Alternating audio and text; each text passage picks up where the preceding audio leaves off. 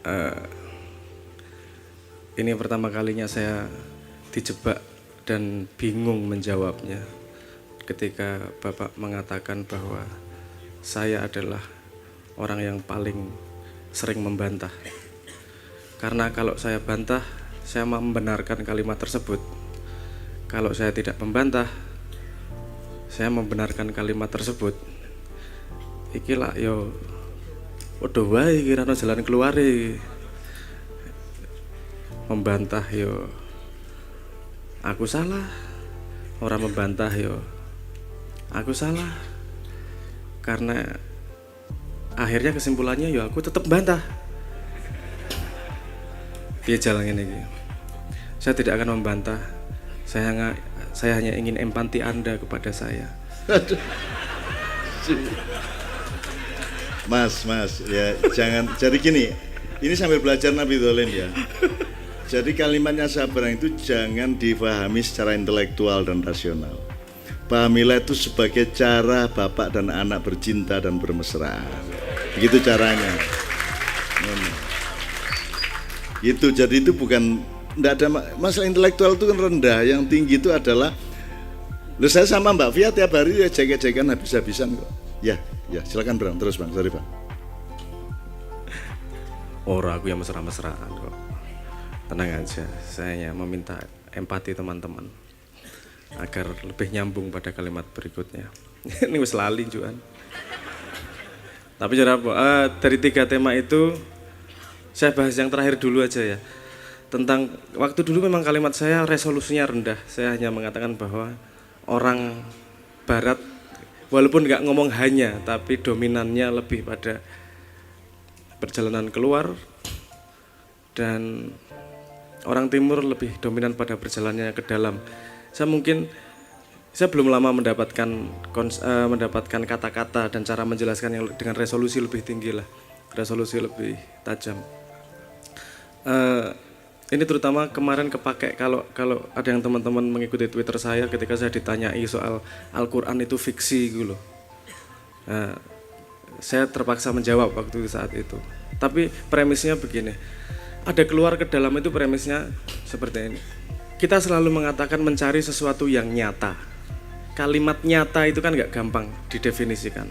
Saya nggak seneng kalau ada sebuah kalimat nggak jelas artinya, batasnya itu saya nggak seneng. Nyata itu apa sih? Nyata tuh ada,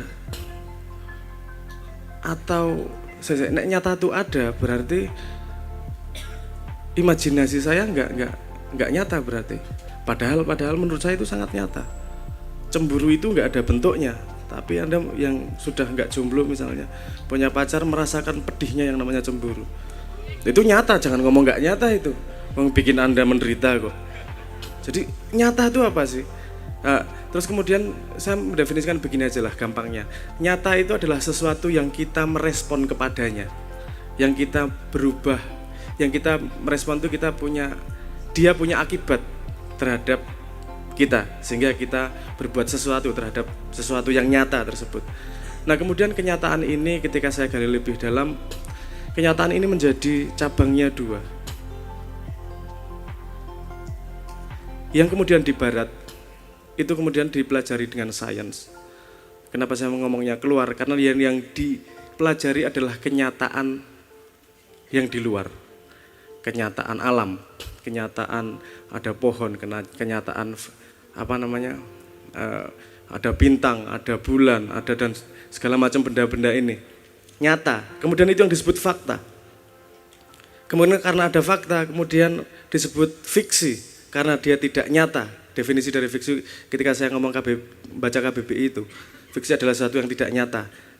Aku kan nyata nggak gitu, itu kan fakta. Kalau fakta itu sesuatu yang bisa kita sama-sama pegang, bisa sama-sama kita lihat, bisa sama-sama kita alami, itu sesuatu yang fakta. Tapi ada kenyataan lain yang bukan fakta, kenyataan lain yang disebut sebagai makna. Fakta sama sekali berbeda dengan makna. Yang ini yang saya sebut sebagai perjalanan ke dalam. Itu ada kenyataan berbeda yang disebut, yang kemudian menjadi makna tersebut. Jadi ketika kita hidup di dunia, ada 2 yang selalu berinteraksi. Feedback loop, selalu ngelup, selalu bolak-balik interaksinya. Ada fakta, kita punya pemaknaan. Ada fakta, kita punya pemaknaan. Misalnya begini, kalau Anda jomblo, saya selalu memberi contoh jomblo karena itu paling nyambung. Kenapa paling nyambung? Karena menurut penelitian ketika orang mendapatkan penderitaan itu ilmunya paling gampang masuk. Jadi saya ngomong pakai bahasa jomblo ini. Misalnya saya sebutkan sebuah fakta pada jomblo. Ada cewek berkedip matanya kepadamu. Set, ting, ya kan gitu. Kalau kamu suka sama cewek itu kejadian yang menyenangkan atau tidak? Langsung deg-degan tuh iki. Iso teratapan nguyuh. Wah, iso jan keringat. Wah, itu jadi. Tapi senangnya itu kan ketika kamu memaknai ting mata itu tadi. Sekarang yang berkedip, cewek yang berbeda, yang tidak kamu senangi misalnya. Maknanya sama sekali berbeda, padahal faktanya sama-sama berkedip, betul nggak? Jadi ada dua hal yang sama sekali berbeda, yaitu ada fakta, ada makna. Bahkan, nah aku ngasih sedikit ngasih warning kepada teman-teman ya. Bahkan masa lalu itu bisa sama sekali berbeda secara makna, walaupun faktanya tidak berubah. Karena masa lalu nih, faktanya sudah terjadi, jadi dia nggak bisa berubah. Misalnya Anda punya pacar, Anda ngejak dia nonton film, ngeraktir makan, dia minta beliin baju, walaupun utang kamu beliin baju. Itu kamu melakukan dengan terpaksa atau tidak? Kalau sama pacarmu sendiri. Dan itu menyenangkan kan? Aku berjuang demi pacarku, aku menyenangkan. Ini hal yang positif melakukan itu secara makna nih. Tapi suatu hari kamu dipegat sama bojomu hanya alasan karena nggak mandi 2 hari misalnya gitu. Atau gini, kamu tiba-tiba melihat pacarmu jalan sama cowok lain. Hanya satu kejadian itu membuat semua fakta yang pernah kau lakukan punya makna yang berbeda. Cek goblok aku mbiyen jajak-jajak ke barang gitu. Kok aku pekok tenan to ora ndelok-ndelok, nggak bisa melihat tanda-tanda itu kan. Jadi fakta yang sama bisa punya makna yang sama sekali berbeda. Betul nggak? Paham yang maksud saya ya? Jadi kalau saya ngomong ditanyain, jadi apakah Al-Quran itu fakta? Apakah dia fiksi atau bukan? Kalau dia melihat hanya fakta kenyataan sebagai fakta, Quran tulisannya kamu nggak bisa memverifikasi semua cerita itu terjadi sebenarnya, karena nggak ada yang bisa lari ke masa lalu, nggak ada yang bisa memverifikasi. Kalau kamu pakai kacamata itu, kamu mau ngomong fiksi bener, tapi kacamatamu tidak lengkap melihat dunia, tidak melihat Quran. Quran tidak mempresentasikan dirinya sebagai fakta. Tidak mencapai nggak ngomong aku buku sejarah, aku buku fisika yang mengatakan fakta, enggak. Karena saya orang Islam sendiri, dan saya bukan orang Islam, saya sendiri melihat Al-Quran bukan mempresentasikan fakta, dia mempresentasikan makna. Dan makna itu tidak bisa kamu katakan fiksi, karena makna adalah hak setiap orang. Paham maksud saya ya? Jadi nggak lengkap kamu ngomong itu fiksi, karena analisismu terhadap kenyataan sendiri tidak lengkap. Pisau analisismu, pisau bedahmu nggak lengkap. Nah, kenapa sains berkembang di Barat? Karena dia keluar yang dia cari adalah fakta. Mempelajari matahari 6.000 derajat, ada prominensa, misalnya dia menemukan ada air di luar angkasa. Airnya jumlahnya 3 triliun kali jumlah air di muka bumi. Dan kalau dilihat kemungkinan baunya kayak bau bir. Lho iki tenan iki penelitian astronomi iku. Aku yang guyu ndelok bir rek dari kok ndagel iku bir. Orang timur tidak akan lari ke situ. Kenapa? Mau 6.000 derajat, 9.000 derajat, 3 juta derajat, apa hubungannya uripku? Dia punya makna apa buatku? Orang Barat belajar sains, belajar dinosaurus dulu gini dan segala macam. Orang Timur naluri pertamanya, ngopo aku sinau kuwi apa hubungannya karo uripku? Nambah aku dewasa kah? Nambah aku pandai kah? Ada naluri dasar seperti itu. Walaupun semakin modern, ini yang nalurinya pada makna ini mulai belajar fakta. Dan yang nalurinya pada fakta mau mulai belajar kepada makna. Nah, Indonesia ini ya pengen belajar fakta. Jadi pendidikannya dan segala macam mengiblat kepada barat tanpa mengetahui intisari ini. Jadi faktanya tidak ditemani makna. Jadi yo ngomongnya. Nanti jadi gini, pendidikan karakter. Caranya adalah dengan ngajari P4, apal sila-sila Pancasila beserta butir-butirnya. Itu kan nggak masuk akal itu. Karakter itu urusan makna, urusan kamu membuat keputusan terhadap hidup. Pengetahuanmu tidak kepala manusia, pengetahuan manusia itu tidak bisa merubah perilakunya, wis toh. Kalau segampang itu merubah perilaku dengan pengetahuan, nggak ada yang namanya teknik diet. Nggak pengen kuru, aku tak ramangan, selesai. Kan tahu di kepalanya, ini berdosa, aku harus berhenti, selesai. Kan nyatanya nggak seperti itu, bahwa kita tidak dengan sedemikian mudah merubah perilaku kita hanya karena kita tahu mana yang benar. Nah, ini pengetahuan dasar seperti ini dari pengetahuan makna, perbedaan antara makna dan fakta. Jadi ketika saya ngomong orang barat lebih keluar, itu karena yang mereka pelajari pertama adalah fakta. Yang dasar terkecilnya disebut sebagai elektron, proton, neutron, dan segala macam itu. Kalau orang timur ngelihat eksplorasi utamanya adalah ke dalam, yaitu pada kenyataan makna. Yang dicari adalah maknanya.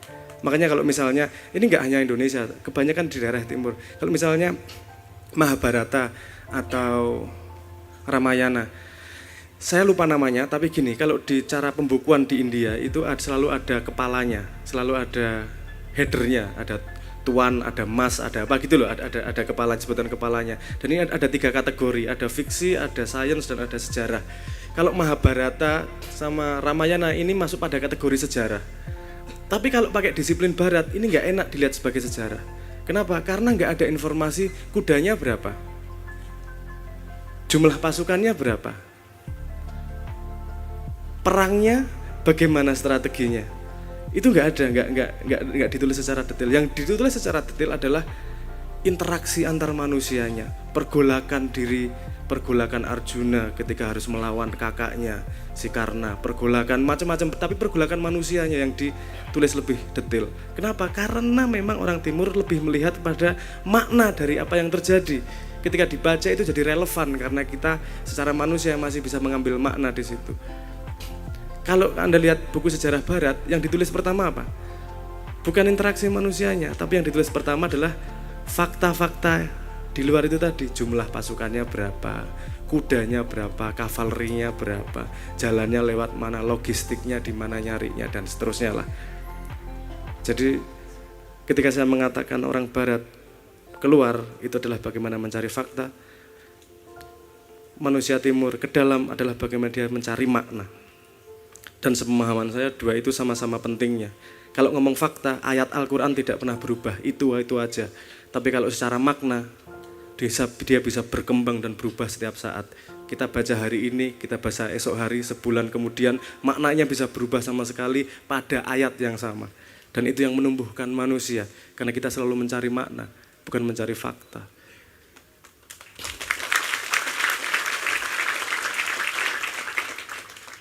Itu tentang makna dan fakta, tentang keluar dan ke dalam. Mau disatuin dulu? Kan ada 3 tadi, nyata, fakta, makna. Jadi saya kira harus kita resume. Jadi yang sebenarnya nyata itu yang fakta apa yang makna? Menurut kira-kira berang ya? Ya terus ke. Ya kudune terusane ngono kowe. Ya serapok ya. Sepemahaman saya, yang nyata itu sebenarnya pemaknaan kita terhadap fakta, bukan faktanya sendiri.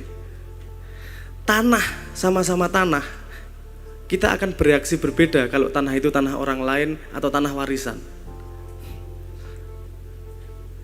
Wanita, sama-sama wanita, akan berbeda reaksinya kalau kamu naksir sama enggak. Dan kita lebih bereaksi terhadap makna ketika kita memaknai sesuatu. Jadi yang nyata itu sebenarnya lebih kepada makna. Tapi makna itu paling mudah di-trigger, diawali dari fakta.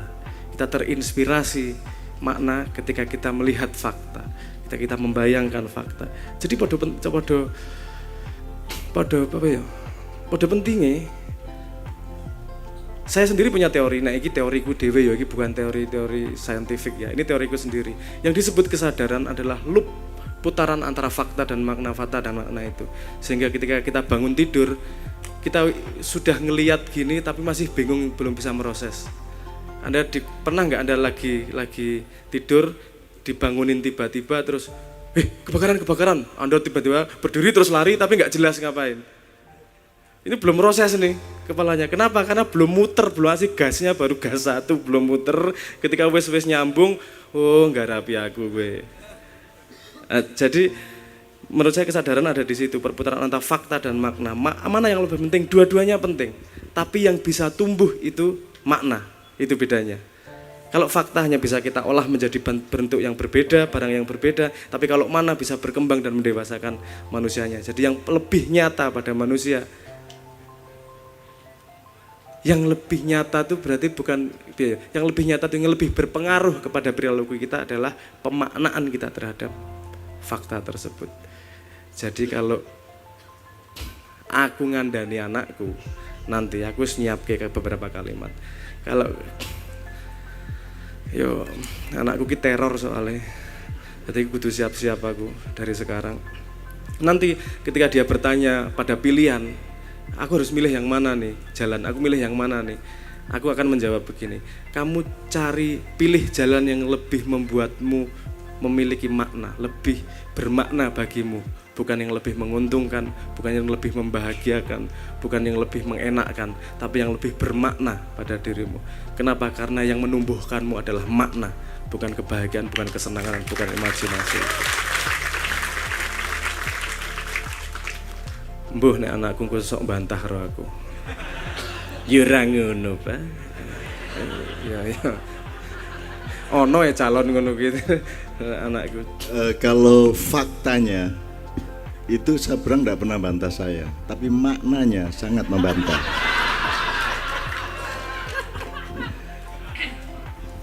Teman-teman sekalian tolong ya, ini di Ma'iyah ini kan silaturahmi namanya. Jadi ada jalinan, apa saja yang Anda omongkan, yang kita bicarakan, dia pasti ketemu jalinannya dengan yang berikutnya. Meskipun secara akademis, secara fakta, ya, fakta akademis, temanya seolah-olah berbeda.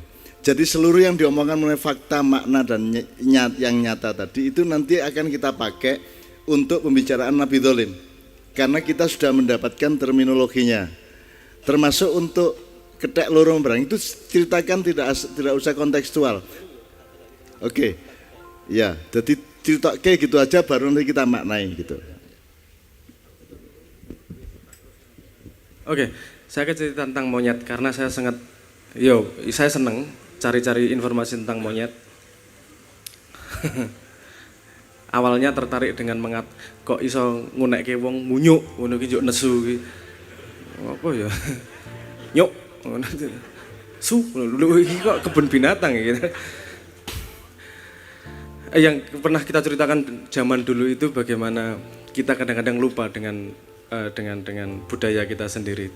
Melihatnya pada sebuah eksperimen di mana dalam satu kandang ada 5 monyet dan ada tangga, dan di ujung tangga dikasih pisang.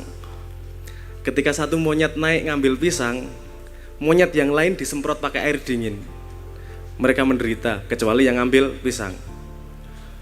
Ketika ada yang naik lagi, dapat pisangnya, lainnya disemprot itu air dingin. Lama-lama, kalau ada yang naik tangga, lainnya langsung geret monyetnya dan digebuki. Kowe sing madang kene sing kademen. Kamu yang makan, kita yang kedinginan, dipukulin. Akhirnya ada yang naik, ditarik lagi, dipukulin, naik lagi, ditarik, dipukulin, sampai nggak ada lagi yang ngambil pisang itu. Karena setiap ada yang naik, yang lain nggak terima, dipukulin. Terus monyetnya dibawa keluar satu dan diganti dengan monyet yang baru. Monyet yang baru nggak tahu budaya itu. Ketika ada pisang, otomatis dia naik ke atas. Sama yang lain langsung ditarik lagi ke bawah dan digebuki. Dia nggak tahu apa yang terjadi, tapi pokoknya taunya digebuki. Ada yang naik digebuki. Dan kemudian kalau temennya naik, dia ikut narik dan gebuki. Gak ngerti, pokoknya ngono, aku di ngono, tak balas seperti itu. Kemudian diambil lagi monyet yang lama, diganti monyet yang baru. kejadian gitu terulang lagi sampai 5-5-nya akhirnya tergantikan oleh monyet yang baru. 5-5-nya ini tidak pernah mengalami disemprot air. Tapi kalau ada yang naik, turun, digebuki, digeret, gebuki. Naik, digeret lagi, digebuki. Terjadi sebuah kekerasan tanpa ada yang tahu satu pun sebabnya kenapa. Itu ya, itu kita semua. Jadi kita itu selalu ikut apa yang terjadi kemarin berdasarkan yang kita terima dari pengalaman bapak-bapak, masyarakat. Terus kita lakukan hal yang sama tanpa kita pernah mengetahui kenapa kok kita melakukan itu. Termasuk di bidang musik. Nyuwun sewu misalnya musik jazz di Maia ini ditemukan dan dicari, digali maknanya sedemikian rupa sehingga akhirnya tahu bahwa jazz itu bukan bunyinya itu. Jazz itu sebenarnya watak kreatifnya itu, misalnya gitu ya. Nah, di situ ada beda antara yang nyata itu yang mana? Yang bunyinya itu ataukah pergolakan improvisatoris di dalam jiwa pemusiknya? Yang mana yang nyata?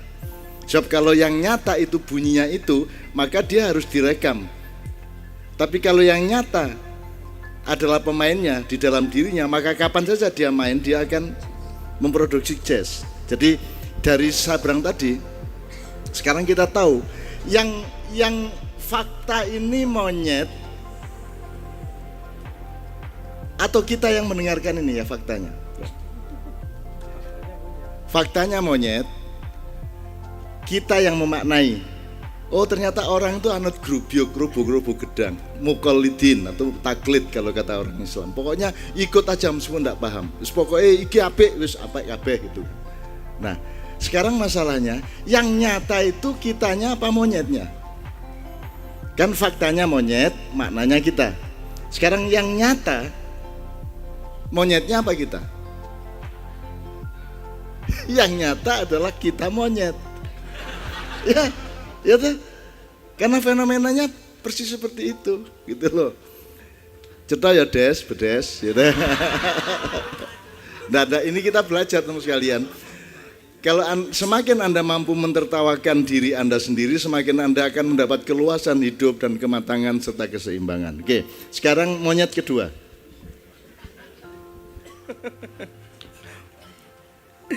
Aduh. Cerita monyet kedua itu saya ceritakan ketika di Surabaya kalau nggak salah. Kita ngobrol-ngobrol sambil ngopi saya bercerita tentang bahwa kalau menurut teori evolusi nih ya, menurut teori evolusi, monyet sama manusia kan mulainya nggak jauh-jauh amat. Tapi kenapa manusia perkembangan evolusinya bisa sangat cepat seperti itu, sementara monyet lambat banget? Ini saya mendengar dari YouTube, tapi saya cari jurnalnya sampai sekarang belum ketemu tentang penelitian ini. Tapi saya mendengarnya begini. Ini perbedaannya adalah pada wanita. Pada wanita monyet maupun wanita manusia. Perbedaannya begini. Wanita kan menang milih. Kalau laki-laki menang nembak. Ya toh? Kamu wanita nembak apa laki-laki itu kan nyari pasangan, tapi perempuan yang menentukan pasangannya seperti apa. Bedanya monyet sama manusia, gini. Kan kalau dalam society ada hierarki dominasi, siapa yang kuat, siapa yang lebih lemah, mereka saling tarung untuk menentukan siapa rajanya, dalam tanda petik alpha male-nya, siapa yang paling kuat. Nah, kenapa perbedaan evolusinya sangat signifikan itu? Hanya karena satu sebab ini. Kalau cewek, perempuan, kalau wanita di manusia itu memilih laki-laki yang hierarkinya paling tinggi dalam piramida society tersebut, yang paling kompeten, yang paling mampu menjaga, yang paling kuat, itu yang dipilih. Sehingga anak yang paling banyak adalah orang-orang dari benih-benih yang paling kompeten tersebut. Paham ya maksud saya ya? Kalau di cewek, siapa namanya?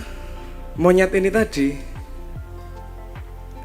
karang jenenge munyuk ya ora iso nyalahke ya. Dia tidak memilih karo sing wae gelem. Oke lah. Karena oke, sama itu oke. Pokoknya karo sapa-sapa oke cewek monyet iki. Yang menghalangi dia tidak dikawin oleh segitu banyak laki-laki adalah pasangannya yang menggusah bahasa Indonesianya apa? Mengusir. Apa namanya?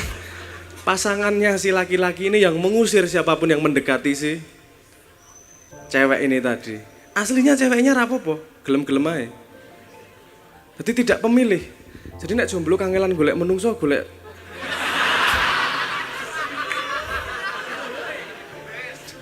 wong wedok, manusia itu pemilih memang, dia mencari yang hierarkinya paling tinggi. Makanya kalau Anda misalnya jadi jomblo, Anda tahu persaingan yang ngapel mobilnya, motornya lebih baik, itu biasanya lebih mudah diterima daripada yang motornya jelek.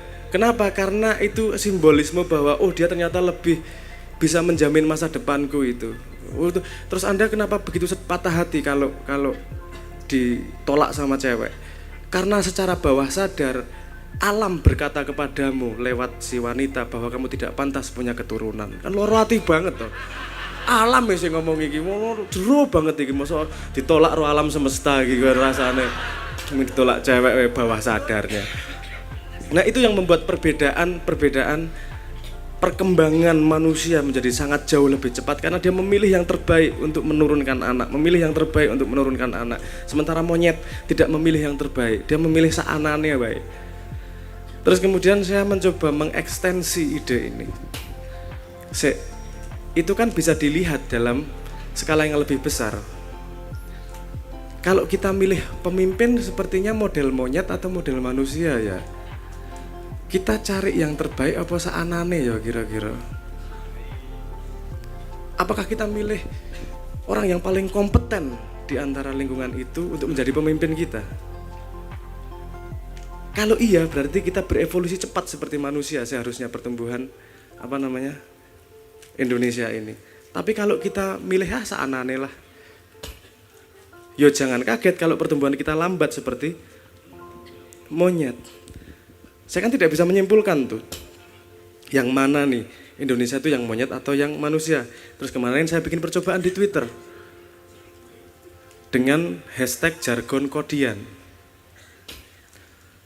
Saya gini, ayo teman-teman yang Anda punya jargon para calon-calon tersebut dengan baliho-baliho, tolong dimentionkan ke saya. Ada jumlahnya, ada berapa kata? Kira-kira, dari mana-mana datang se Indonesia, mentionin saya jargon-jargon itu. Paling tinggi adalah putra daerah. Terus, putra daerah itu wonge dhewe, dulure dhewe dan sebangsanya gitulah. Putra daerah. Terus kemudian ada beriman terpercaya. Itu jumlahnya nggak cuma satu. Ternyata kodian itu banyak segitu. Saya punya kesimpulan kalau ini yang bikin baliho aja nggak punya gagasan, berarti dia bukan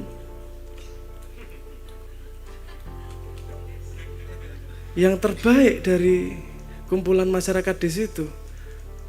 Ada beberapa sing ngene iki berani jungkir balik demi rakyat, fotonya diwalik Jan. Ini parameternya kok gimmick sih? Dia mekanismenya sebagai pembahasan yang lebih lambat, lebih panjang ya, tapi dia pakai trik marketing ini, bukan pertimbangan menjual ide, tapi dia pengen merebut 3 dari 4 detik dari perhatianmu agar kamu ingat. Ini rano bedane karo iklan sandal, iklan softtek dan seterusnya, kira ono bedane kuwi. Iki produk iki, bukan manusianya ini. Nah, jadi sampai saat ini saya melihat ada keresahan itu bahwa kita evolusinya seperti monyet deh, bukan seperti manusia deh. Kita masih memilih pasangan, kita kan yang memilih nih, rakyat yang memilih nih. Karena kita sebagai wanitanya nih, karena kita harus memilih pasangannya. Kita memilih pasangan bukan yang terbaik, tapi masih yang seadanya. Kalau sapa-sapa wae rapopo lah. Tapi karena apa? Karena memang kita tidak punya parameter untuk mencari yang terbaik seperti apa. Nah, lebih dalam kan gitu. Gimana kita bisa tahu lebih baik? Kita kenal aja enggak? Kita bisa tanya langsung sama dia juga enggak bisa. Posisinya jauh seperti ini. Ya wes, harus ada jawabannya. Kalau iya harus ada jawabannya. Nanti akan saya senggol sedikit jawabannya. Tapi cerita kedua adalah seperti itu. Yang membuat manusia evolusinya jauh lebih cepat daripada monyet. Sehingga kita jadi sadar seperti ini manusia sebelum monyet. Hanya karena itu yang wanita cara memilih pasangannya berbeda. Yang manusia memilih yang terbaik, yang monyet memilih seadanya. Itu aja paling. Hierarki tadi Bang, hierarki yang dipilih wanitanya manusia tadi itu kan nanti ada detailingnya. Misalnya harta benda, martabat, nyawa misalnya ya. Kalau enggak, sandang, pangan, papan. Nah, hierarki tadi ditentukan oleh yang mana? Kan gitu. Ada orang yang milih yang penting kelihatan punya rumah bagus meskipun utang dan tidak bisa bayar. Kan itu. Jadi orang lebih mementingkan apa? Apa Gibran? Jadi itu ada hierarki lagi, ada sub hierarki di dalam hierarki yang Sabrang bilang tadi. Nah, kasus wanita monyet itu maupun wanita manusia itu terjadi tidak hanya soal laki-laki perempuan, itu terjadi dalam pembangunan nasional, terjadi dalam berkeluarga, terjadi di dalam apa saja. Pertimbangan kita ini pertimbangan model monyet, wanita monyet atau pertimbangan model wanita manusia. Kita utang-utang rapopo yang penting ketok duwe motor anyar. Gitu kan. Wis omahku tak dol rapopo yang penting aku iso ketok ngene kan begitu. Nah, ini kan bisa dalam skala kecil maupun skala besar. Nah, maksud saya teman sekalian, Anda kalau bisa membawa ini pulang untuk dimaknai setiap Anda ngelihat apa-apa di jalan, di gedung-gedung atau di dalam koran atau dimanapun dan informasi, di situ Anda bisa menemukan oh ini jenis wanita manusia, kalau ini jenis wanita monyet. Saya tidak tega mengatakan bahwa kita itu sebenarnya adalah penganut monyet betina di dalam banyak hal. Wis sing penting aku sing nandatangani wis. Sing penting ki wekku, sing penting aku sing gawe. Aja nganti sapa-sapa liyane. Gitu. Meskipun itu ibarat gini. Kamu milih nasi sebungkus ataukah milih celana pendek? Sing penting mangan wis timbangane mudah gak apa-apa sing penting mangan kan itu kan. Sing penting di omah gak mangan gak apa-apa, mudah gak apa-apa kan begitu sekarang ini. Sing penting ketok duwe omah magrong-magrong. Nah, orang Jawa kita dulu sudah ada pemaknaan baku di timur, di masyarakat kita di masa yang lalu, bahwa yang nomor satu itu adalah sandang, yaitu martabat. Nggak apa-apa kita nggak punya rumah, nggak bisa makan, asal kita tetap punya martabat. Dan ini tidak bisa dibalik, makanya urut-urutannya sandang, baru makan. Nggak makan nggak apa-apa, daripada kehilangan martabat, kan gitu. Kalau orang Madura mengatakan daripada saya putih mata, mending saya putih tulang. Daripada saya malu, mending saya mati, kan begitu. Nah, Indonesia kan sudah dibalik. Sekarang itu papan, pangan, sandang. Itu gejala budaya dan mentalitas kita sekarang ini.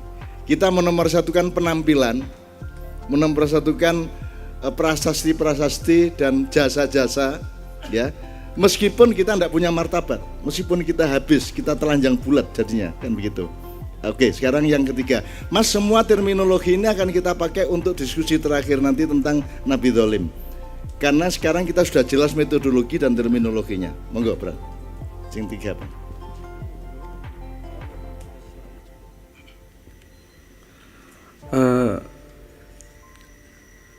Tentu yang menjadi calon pasti ada dalam hierarki tertentu ya. Ini tadi saya teruskan sedikit yang kedua karena Simbah menyinggung tentang hierarki. Kalau monyet tadi kan yang siapa yang paling kuat, siapa yang paling menangan lah lawan yang lain. Itu masuk pada hierarki yang tertingginya. Kalau manusia ini yang jadi calon-calon ini hierarki apa ya?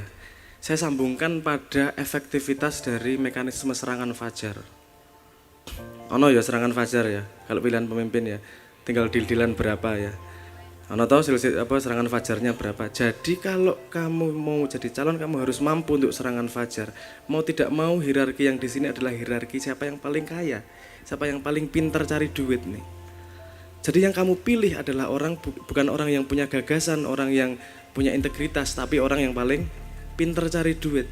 Jadi kalau kemudian Anda kemudian komplain, kok korupsi terus toh? Loh, Anda pilih orang yang pintar cari duit kok.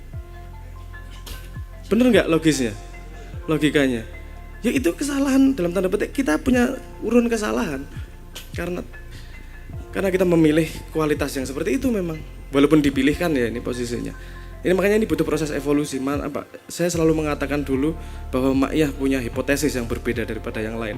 Dan pada pilpres ini saya ditantang bener-bener. Rodok diece lah, jarene Maiyah kowe kace lak kakean cangkem ngene artine ngono kuwi. Aku rodok panas kuwi yo. Kowe duwe istilah, oh tak kei kowe apa jenenge hipotesis yang berbeda. Oke, hipotesis yang berbeda, tapi sebelumnya saya mau cerita hipotesis yang berbeda berangkatnya dari mana. Lagi-lagi pelajaran tentang monyet. Seneng banget aku karo monyok iki lagi mesra karo monyokiah. Munyo ki ono bonobo, ono simpanse itu punya yang menarik juga itu. Tapi intinya begini, salah satu selain memilih itu tadi, kenapa manusia sukses dalam bersaing di kehidupan ini karena punya jempol.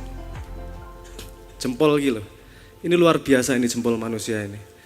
Dia jari yang berlawanan dengan jari yang lain. Monyet juga punya jempol, tapi jauh berbeda dengan manusia kemampuannya. Kenapa? Karena jempolnya monyet tidak bisa bersentuhan dengan semua jarinya dengan mudah. Loh, efeknya apa iki? Tak kasih tahu efeknya. Begini, di manusia tangan itu bisa digunakan dengan dua cara yang disebut sebagai power grip.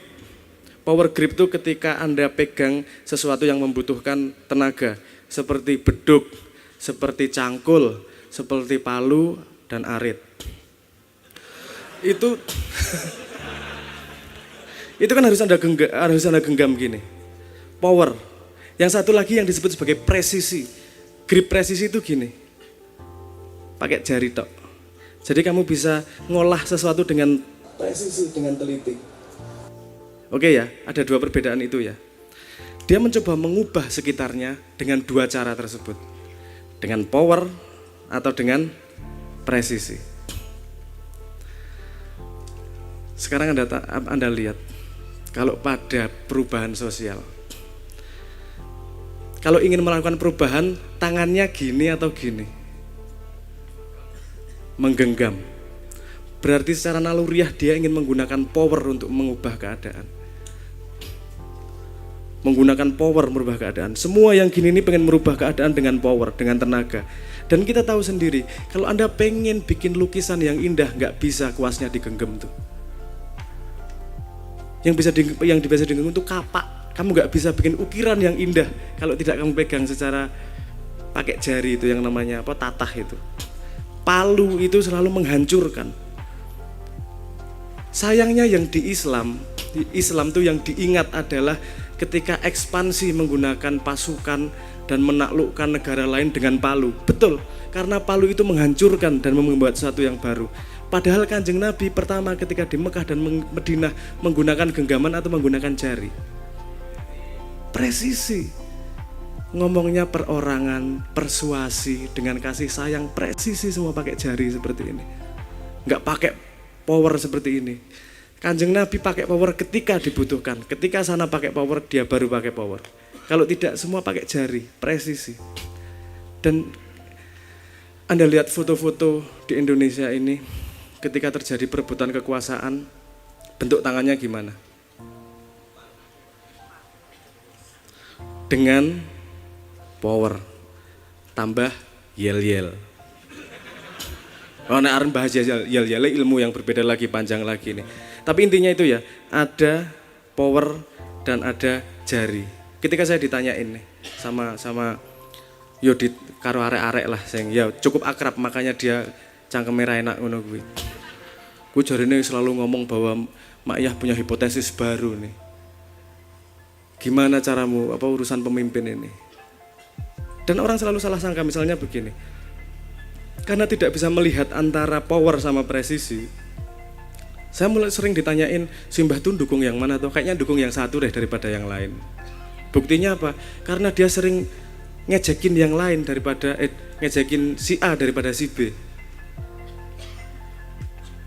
Kalau parametermu, kamu ngelihatnya power sih.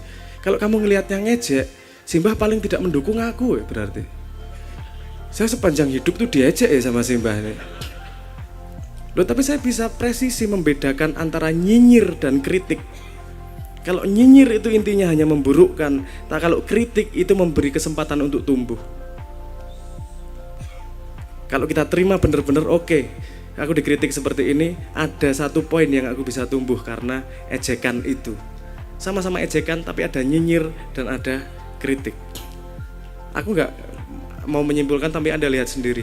Kalimat yang kebanyakan di sosmed itu nyinyir atau kritik. Oke. Kalau Anda lihat 40 tahun ke belakang, 60 tahun ke belakang, semua giroh perubahan selalu terkepal tangannya, selalu pakai power. Jari tidak pernah punya kesempatan untuk membuat perubahan. Ya secara naluriah wajar aja. Saya nggak pernah ngelihat orang tawuran terus gini-gini pakai jari, nggak pernah. Pasti pakai kepelan gini. Karena cara naluriah manusia power ya pakai kepelan memang. Nggak pakai jari. kamu orang sudah tawur ngono kuwi. Oke. Tapi tadi kita Simbah ngomong komunikasi. Ini ada kesempatan si jari dan presisi membuat perubahan nih. Karena peperangan yang ada di sosmed asalnya dari mana? Dari jari semua. Nggak ada yang ngetik pakai kepelan gini nih. Semua pakai jari nih. Tapi alat presisi itu digunakan untuk power sekarang. Belum digunakan untuk sesuatu yang presisi. Kenapa? Karena definisi masalahnya belum jelas. Oh ya jelas sih buat mereka. Masalahnya buat yang ribet itu adalah memenangkan junjunganku dan mengalahkan musuhnya. Sementara kalau Ma'iyah yang pengen kita lihat adalah memperbaiki kualitas pemimpin. Bukan urusan siapa yang menang, siapa yang kalah. Dan saya harus menjawab ini pertanyaan orang ini nih. Ma'iyah kok nggak ikut berjuang, cuman ngomong-ngomong tok. Pilpres gimana? Masa nggak ikut ngobrol-ngobrol di situ? Saya ambil pertama nomor satu premis dari Ma'iyah adalah kedaulatan. Nggak bisa kamu ngongkon satu atau ngongkon dua. Yang kedua, mikir sendiri. Di dalam kedaulatan, dalam keputusan ada background di mana kamu harus riset dan mencari tahu. Tapi kemudian datang masalah lagi. Nek kudu riset bendino urusan pilpres, njuk kapan aku le nyambut gawe? Kan ruwet toh itu posisinya. Oke, ada beberapa komponen. Kita menghadapi sebuah keadaan nih, di mana mau nggak mau kudu milih bapak. Bukan milih bapak, mau nggak mau kudu milih pasangan gitu. Karena kita tidak setuju sekalipun itu terjadi. Fakta terjadi. Yang harus kita rubah adalah bagaimana kita memakna itu dan merubahnya menjadi fakta yang lebih baik. Kan pertanyaannya seperti itu. Saya mencoba membuat hipotesis. Oke.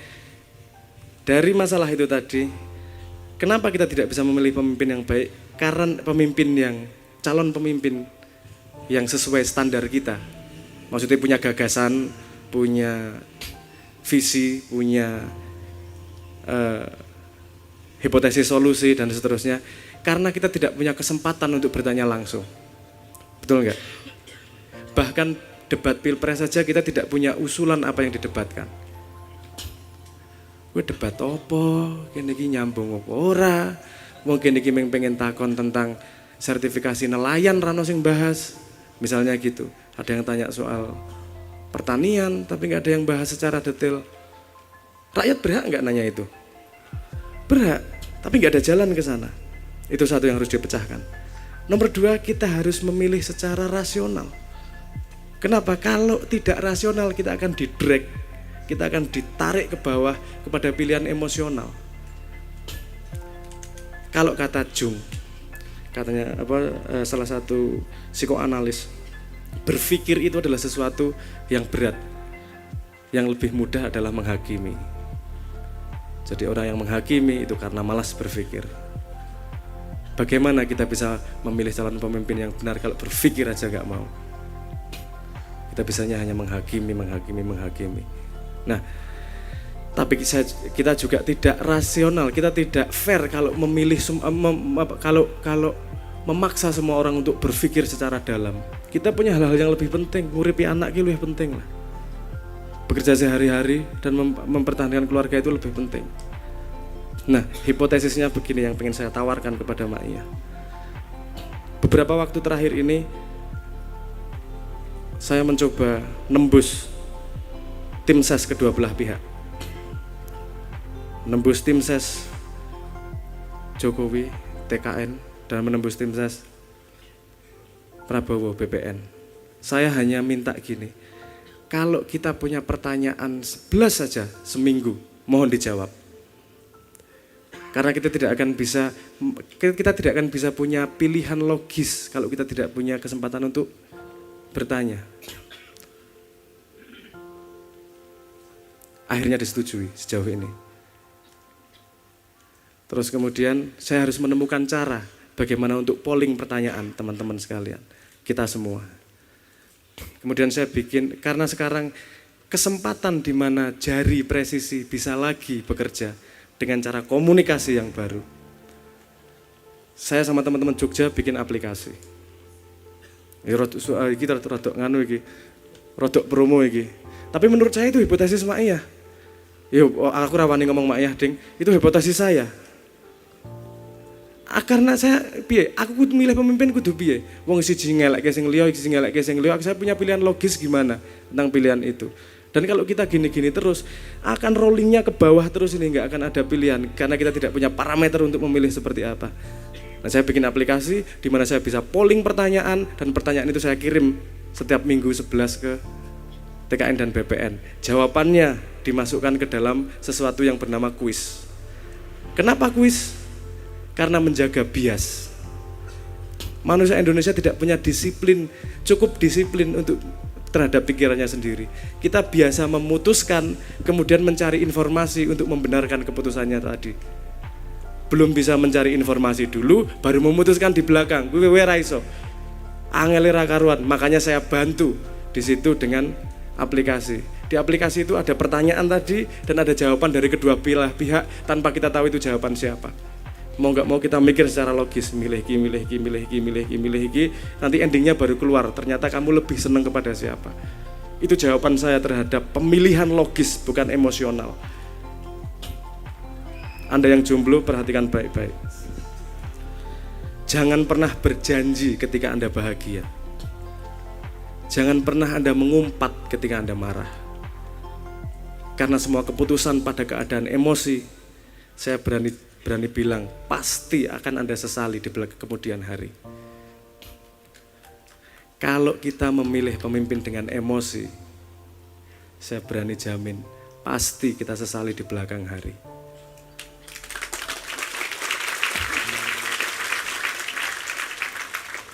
Yaitu bedanya manusia sama monyet. Saya hanya mengajak kita menjadi manusia. Ayo logis, kamu tetap dengan independensimu, tapi kamu cukup informasi. Dan kalau orang sudah memilih pemimpin berdasarkan pertanyaan dan jawaban, duit sepiro-piro ra kanggo, karena yang dipakai adalah gagasan dan visi dia, cara berpikir dia. Nah, itu hipotesis yang saya coba sampaikan, tapi tidak akan ada gunanya kalau yang pakai cuman sedikit. Saya membayangkan dulu, ini apa? Tak terus sedikit. Saya membayangkan dulu kalau Kanjeng Nabi bikin startup yang namanya Islam itu 13 tahun usernya cuma 200, nggak sampai 300, itu kan stres banget itu. Kok 13 tahun usernya cuma 300 sekitaran.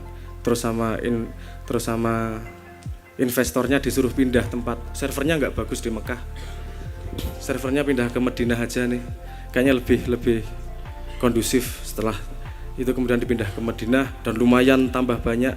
Setelah akhirnya kemudian 1400 tahun usernya 1,5 miliar nih.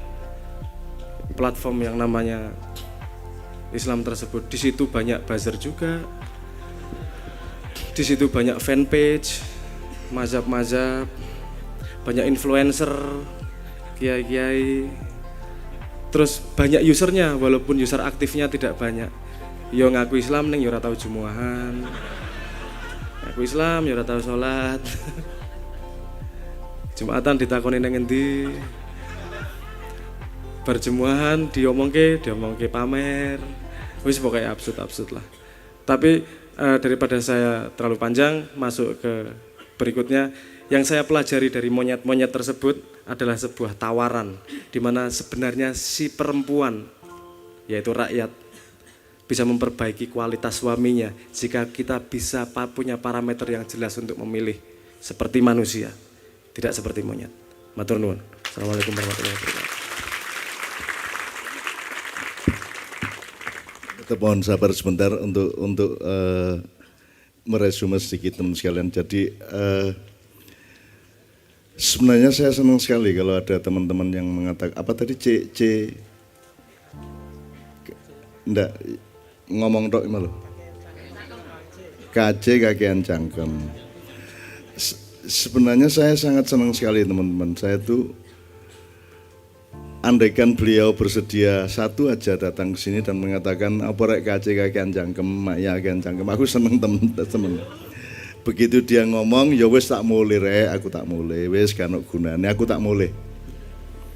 Dan saya itu enggak masalah loh, bubar kabeh gitu, aku enggak masalah. Saya itu sangat bergairah terhadap kematian. Karena di dalam kematian itu aku akan menciptakan kehidupan yang baru yang kalian tidak akan duga-duga, kan gitu.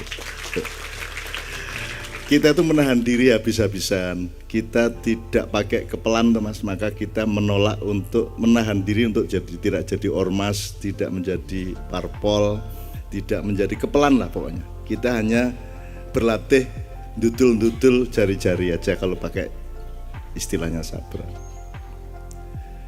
Dan kita lha ya wis nek anjene gak nek ngene iki kan gunane ya bubar ae karena masalah aku lumayan sama Mbak Via, aku iso bendino aku lah. Kan gitu. Saya itu betul-betul ndak eman apapun, Mas, terhadap segala sesuatu yang sifatnya keduniaan. Gitu loh. Saya dulu pernah dicekal zaman Orde Baru, ki aku yo tak balik lho, kowe ora kowe sing nyekal aku sing nyekal kowe no. Lumayan nih aku dilarang malah lumayan. Makanya kalau Mak Iyah itu dilarang saya sangat bersyukur. Saya dilarang tampil di mana-mana saya sangat bersyukur. Wes, gak apa-apa aku tak leren di omah wes, tapi mari ngono nek ana apa-apa kono jate njaluk tolong aku. Ya, gitu. Satu. Nomor dua gini, Mas. Kalau pakai kepelan tadi bareng, Anda tahu ada seorang pendiri kartel narkoba terbesar yang pernah ada di dunia, yaitu di Kolombia, namanya Pablo Escobar. Sekitar tahun 80-an awal, dan dia meninggal ditembak oleh polisi Kolombia di atas genteng pada tahun 1993. Escobar itu punya filosofi begini. Dia yang memasok 80% narkoba di seluruh Amerika Serikat, sehingga dia musuh besar dunia. Dia mengatakan begini, saya itu ingin menjadi orang yang dicintai oleh orang lain, tapi saya tidak mampu. Ya sudah, saya turunkan derajat saya. Saya tidak bisa dicintai, tidak apa-apa, asalkan saya dihormati. Tapi ternyata tidak dihormati juga. Ya udah, kalau gitu saya tak turunkan lagi. Saya tidak dicintai, tidak dihormati, maka saya harus ditakuti oleh siapa saja. Kan begitu. Nah, Escobariah ini hampir mirip sama Iyah, cuman terbalik. Kalau Mak Iyah itu, kita menghindar jangan sampai ditakuti orang. Itu loh, Mas. Kita tidak ingin pakai kekuatan kepelan sehingga orang pada takut kepada kita. Gitu. Syukur-syukur karena kita ini serius mencintai Indonesia, terus agak dihormati dikit-dikit. Tapi ternyata Tuhan kasih bahwa ternyata yang kita capai adalah lumayan kok kita dicintai kok. Dan kita saling mencintai satu sama lain. Kan begitu. Nah, cinta tadi kan presisi dari jiwa manusia sebenarnya. Ini pertama Escobar. Yang kedua, yang pertama tadi kan Anda tahu kita menghindar loh, Mas, tidak jadi kepelan loh, Mas. Apa? Jadi madhab enggak mau. Saya pribadi kiai mau, ustadz gak cocok, intelektual gak payu, seniman gak diakoni, wis gak kabeh gak masalah wis. Aku gak kabeh wis. Masuk bandara tidak dipercaya 40 tahun loh saya. Masih dicurigayakan bunuh orang sehingga harus copot sabuk. harus ninggal gunting, ya toh? Masih dilihat KTP saya, gitu kan. Jadi saya tidak pernah dipercaya oleh Angkasa Pura nomor 1. Jadi saya sangat minder kalau ketemu Angkasa Pura. Sehingga saya kalau lewat di Halim, besok lusa pagi saya akan lewat Halim, itu langsung ada rekaman. Ya, sabuknya, ayo sabuknya dicopot. Benda-benda yang keras, terus pokoknya kabeh, pokoknya aku iki wong Meksiko kate mlebu Amerika ta ya apa aku iki ya. Aku iki tangkepan polsek ta ya apa, aku iki pengungsi ta ya apa, kok aku gak dipercaya selama hidup. Sehingga saya sangat tidak percaya kepada pihak yang tidak pernah percaya kepada saya itu. Kan begitu. Nomor 3. Rasulullah tidak pernah jadi khalifah, tidak pernah menjadi pemimpin formal, tidak pernah menjadi raja, kaisar, sultan atau apapun, tidak pernah. Yang dilakukan Rasulullah selama 10 tahun di Madinah pertama adalah menciptakan atau membuat blueprint atau master plan kota Madinah. Madinah itu artinya kota, nama kotanya Yasrib, ya. Kemudian dijadikan istilah peradaban Madaniyah, yaitu sesuatu yang bersifat kota. Udan ya. Bismillahirrahmanirrahim, mudah-mudahan itulah cara Allah memberimu rizki yang tidak terduga. Amin ya rabbal alamin.